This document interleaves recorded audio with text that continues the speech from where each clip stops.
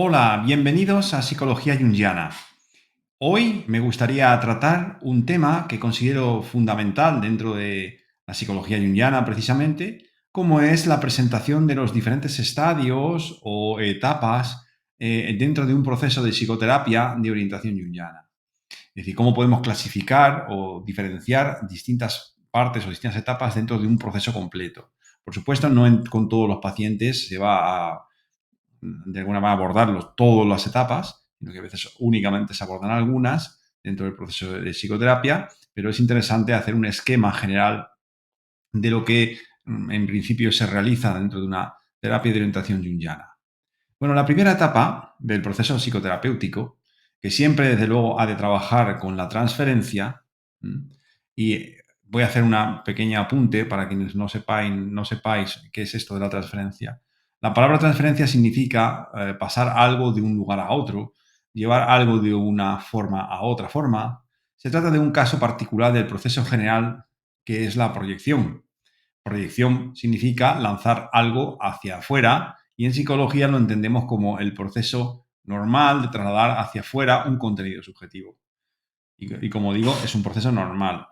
Por ejemplo, cuando uno dice que el color de la sala en la que se encuentra es amarillo o azul, está trasladando hacia afuera un contenido subjetivo que es el color que él percibe. El color no está ahí, sino que es el modo en que los sujetos percibimos la realidad exterior. Lo mismo sucede con el sonido y en general con todo aquello que percibimos a través de los sentidos. La transferencia sucede de un modo involuntario, esto es importante, como toda proyección, pero se produce entre dos personas y por lo general en el marco psicoterapéutico. Esa es la transferencia.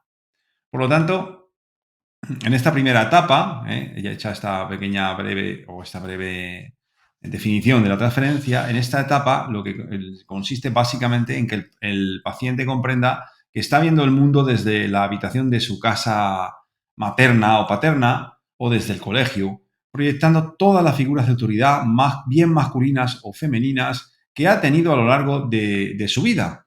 Sin embargo, además de esta perspectiva objetiva, que es importante tenerla, una perspectiva madura precisa que el paciente comprenda el valor subjetivo que todas esas imágenes, ¿no? De todas esas imágenes que le causan problemas. Como bien es sabido, para la concepción freudiana, es decir, para el psicoanálisis clásico, los contenidos de lo inconsciente se reducen a tendencias infantiles reprimidas a causa de su carácter incompatible. La represión es un proceso que da comienzo en la primera infancia bajo el influjo moral del entorno, perviviendo a lo largo de toda la vida. Mediante el análisis, las represiones son eliminadas y los deseos reprimidos se hacen conscientes. Esa es un poco, esta primera etapa se realiza esto. Los pacientes tienen que darse cuenta de alguna manera, o es importante que se den cuenta, de que forman parte de él esos aspectos subjetivos, ¿no? Forman parte de él. Y por lo tanto, además tienen que saber no solamente que los aspectos problemáticos forman parte de él, sino también de qué manera lo hacen, ¿no? Por lo tanto, el paciente es importante que averigüe cómo atribuye un valor positivo a una persona, circunstancia o suceso, cuando en realidad es él quien podría y debería desarrollar o hacerse cargo de ese valor. De igual modo, cuando proyecta cualidades negativas en otras personas y odia o envidia a alguien, es importante que descubra que está proyectando su lado inferior, es decir, lo que nosotros denominamos la sombra, dado que prefiere tener una imagen optimista y positiva, aunque parcial, de sí mismo. La problemática con la que el paciente viene a consulta le invita, de hecho, a convertirse en una personalidad madura, completa, y esto incluye la responsabilidad por su totalidad, con sus defectos y con sus virtudes, así como hacerse cargo de sus funciones superiores e inferiores. La segunda etapa del proceso terapéutico consiste en la discriminación o en la diferenciación entre los contenidos que son biográficos de aquellos contenidos que son arquetípicos, es decir, que forman parte del inconsciente colectivo. En el primer estadio, trabajamos la disolución de las proyecciones de carácter personal o biográfico, porque hablábamos antes del trabajo de la represión, un trabajo básicamente que se parece mucho al psicoanálisis clásico. Estas se pueden disolver, estas proyecciones se pueden disolver mediante la toma de conciencia. Eso es importante. En el primer estadio habíamos dicho que disolvíamos las proyecciones de carácter personal biográfico y estas se pueden disolver en la medida en que la conciencia se vaya haciendo cargo de esas proyecciones. Ahora bien, las proyecciones transpersonales o arquetípicas no desaparecen, ni se disuelven porque se hagan conscientes. Los arquetipos forman parte de la estructura anímica de la psique y, a diferencia de los contenidos personales, no son lastres que uno tenga que soltar y dejar atrás. Se trata de contenidos que compensan la actitud consciente y son de la mayor importancia. Es más, constituyen una auténtica protección frente al padecimiento de un trastorno mental. Los arquetipos, entendidos como modos de reaccionar o de comportarse, intervienen y permiten que la persona se adapte a una situación desconocida de un modo adecuado a su propia naturaleza. Una de esas imágenes que suele presentarse con frecuencia en mi consulta es la del Redentor. Dado que esta imagen forma parte de la profundidad del ser humano, es natural que se constele, es decir, que se active y que se prepare para la emergencia plena en la consciencia en situaciones críticas en las que la persona se siente perdida, desorientada. Huelga a decir que el paciente que se encuentre en una situación así, reflejo de lo que sucede en el mundo, tenderá a proyectar la imagen de un salvador en el terapeuta y que el terapeuta trabajará con el paciente para que éste retire dicha proyección en él. Con ello se pretende disolver el acto de la proyección, es decir, el lugar en el que dicha imagen arquetípica es transferida, en este caso en el psicoterapeuta, en este caso en mi caso, ¿no? Si se produjese con un paciente, que esto es algo muy habitual. Pero nunca el contenido que está siendo transferido, es decir, el arquetipo del salvador, del redentor, puesto que esto último resulta imposible. Los arquetipos son factores dinámicos, trascendentes a la consciencia, que contienen un poder enorme. Son factores tan poderosos que pueden cambiar toda una vida, así como toda la realidad del mundo, pues son los factores decisivos que producen los acontecimientos mundiales. En la tercera etapa de la terapia consiste en distinguir o diferenciar los factores arquetípicos o transpersonales de la propia relación personal con el terapeuta. Habíamos dicho que hay estos arquetipos se proyectan directamente en el terapeuta, ¿no? Entonces ahora hay que ver y diferenciar de alguna manera ese factor arquetípico de la relación propia con el terapeuta. Entra dentro del proceso terapéutico normal que le caigas bien al paciente. Si has trabajado con ahínco, paciencia y esmero con él, y tú también sentirás aprecio por el paciente normalmente, los terapeutas sentimos aprecio por el paciente, pues ha trabajado o hemos trabajado codo con codo.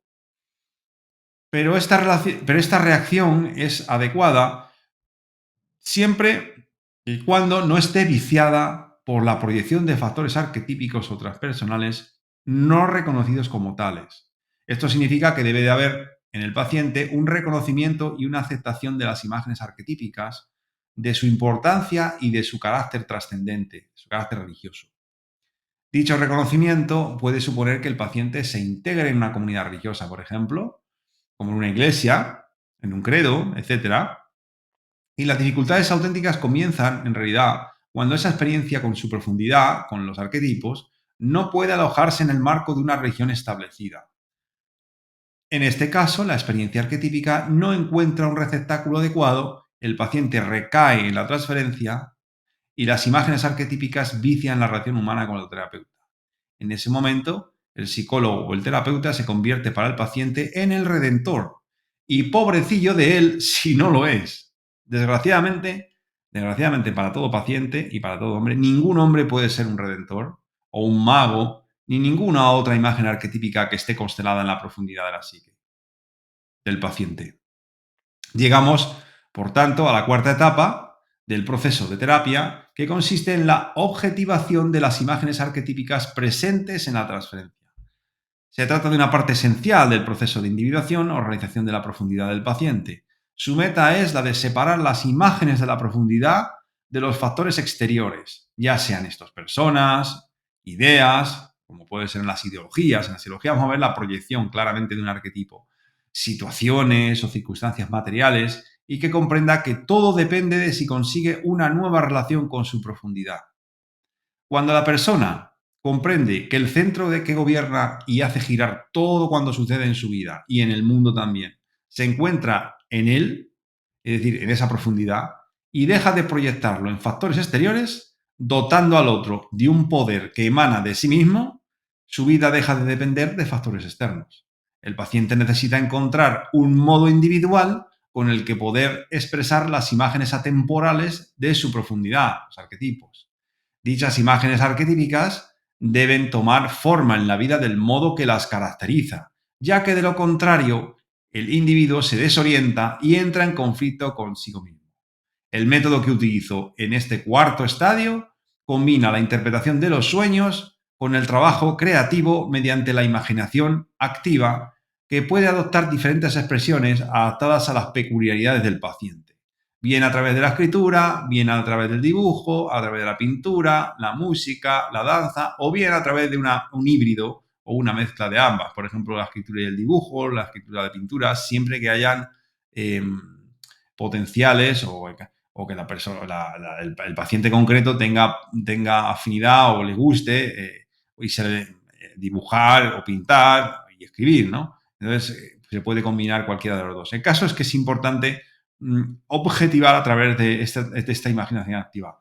Como pueden ver en el vídeo, perdón, en el canal, yo he subido un vídeo en el que hablo precisamente del método de la imaginación activa y cómo lo he llevado a cabo con un paciente, precisamente en esta cuarta etapa de la que estamos hablando ahora.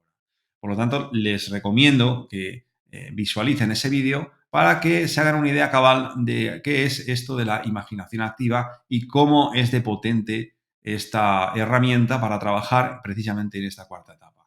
Bueno, espero que les haya gustado el vídeo. Si les ha interesado, pueden darle un like.